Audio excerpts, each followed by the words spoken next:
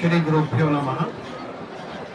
मंच पर विराजमान समस्त विद्वत मंडली तथा मेरे सहकार्य करने वाले, जिनको मैं कभी कभी प्रेमवश अपना शिष्य भी कह देता हूँ, प्रचंड प्रिय। मुझे बहुत बहुत खुशी है कि इन्होंने ये पुस्तक लिखी।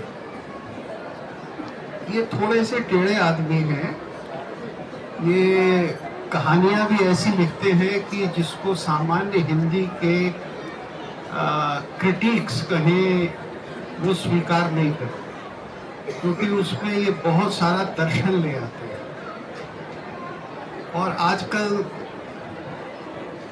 हिंदी में जब से प्रगतिवाद आया तब से यथार्थवाद ऐसा आ गया है कि हम सूक्ष्म को भूलकर स्थूल में ही चिपके हुए। अब ये बात जो इन्होंने इस पुस्तक में कही है, ये केवल आज की भाषा हिंदी के बारे में नहीं है। ऐसा मेरे ख्याल से सारी भारतीय भाषाओं में घटित हो रहा होगा। यही कहानी होगी। इसी प्रकार की गलतियां, कोट अनकोट जिनको हम गलतियां कहें, वो सब की जा रही है। तो सोचना ये है कि पूरी स्वर शास्त्र की जो परंपरा है, वांग्मय की, वाणी के प्रयोग की, वैखरी के प्रयोग की जो परंपरा है, वेद से लेकर आज तक, क्या हम उसके प्रति सजग हैं या नहीं? अभी इन्होंने जो अपनी पुस्तक के बारे में बात कही, वो हिंदी की वर्तनी, अनुस्वार, अनुनासिक इत्यादि एक बहुत छोटी सी बात रखी है। जो इस पुस्तक में है वो पूरा स्वर शास्त्र का इतिहास है। और अगर ये इस पुस्तक में जो बात कह रहे हैं वो सिर्फ हिंदी के परिप्रेक्ष्य में देखी जाएगी तो ये पुस्तक के साथ अन्याय है। क्योंकि आजकल हिंदी या हमारे बौद्धिक लिंग्विस्ट इस बात को पढ़ते पढ़ाते भी नहीं हैं कि भारत का लिंग्विस्टिक्स, अंग्रेजी में अगर लिंग्विस्टिक्स कहें, हमारा भाषा विज्ञान कहें या वांग्मय कहें या उच्चारण की विधि कहें, वो बिल्कुल अलग है। उसके अंदर कई काल हैं और उसके विकास में जब जब जो होता था उसको क्रमबद्ध किया गया है। आपने आजकल एक चीज देखी होगी, बड़ी सामान्य है, कि वैदिक मंत्रों को वो गाने लगे हैं। जैसे गायत्री को राग यमन में गाता है, कोई राग भूपाली में गाता है। और ये बीमारी शुरू हुए लगभग 50 साल हो गए। मैं जब टोरंटो में पढ़ता था तो पंडित रविशंकर के एक शिष्य मेरे पास आए और बोले कि ऐसा है, आप और हम मिलकर कुछ वैदिक मंत्रों को मॉडर्नाइज करके उनका म्यूजिक सेट कर देते। तो मैंने कहा भैया ये पाप मेरे से मत कराओ, क्योंकि आज से नहीं, हजारों साल से वैदिक उच्चारण अलग है, लौकिक उच्चारण अलग है। और उस समय भी जो वेद का पाठ था उसकी भी विधियां थी, उसके भी क्रम थे, और उसमें भी सामगान अलग था, और उसमें भी ऋग पाठ इत्यादि अलग था। किसको कैसे करना है वो निर्धारित कर दिया जाए। अब ये निर्धारित करने की प्रवृत्ति किस काल में कैसे हुई, कितनी हुई, इसके बारे में हम बिल्कुल नहीं जानते, ना हम जानना चाहते। अब जो पूरी श्रृंखला है स्वर शास्त्र की हमारे पास, यानी शिक्षा से लेकर नारदीय शिक्षा इत्यादि से, नारदीय शिक्षा वेद के उच्चारण के बारे में सबसे पुरानी है, तो उसको तक हम नहीं समझते। आज सामान्य रूप में जो 3 स्वर है उनका उच्चारण क्यों और कैसे हो रहा है। व्यवहार में तो जिन लोगों को मंत्र अधीत हैं वो करके दिखा देंगे, लेकिन उसके शास्त्र को नहीं समझा सकते। तो ये बहुत बड़ी समस्या है कि हम पूरी अपनी स्वर शास्त्र की परंपरा को कैसे समझें और फिर उसके पीछे क्या कारण था। देखिए, कारण बड़ा स्पष्ट था।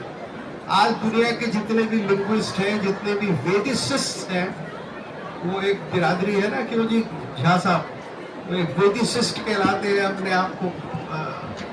तो जितने भी वेदिसिस्ट हैं, वे वैदिक पश्चिम के विद्वान हैं वेद के, वो भी सब मानते हैं कि 5000 या 10,000 साल भी बाद भी वेद का पाठ या सामगान वैसे ही हो रहा है जैसा कि पहले, आज से हजारों साल पहले होता था।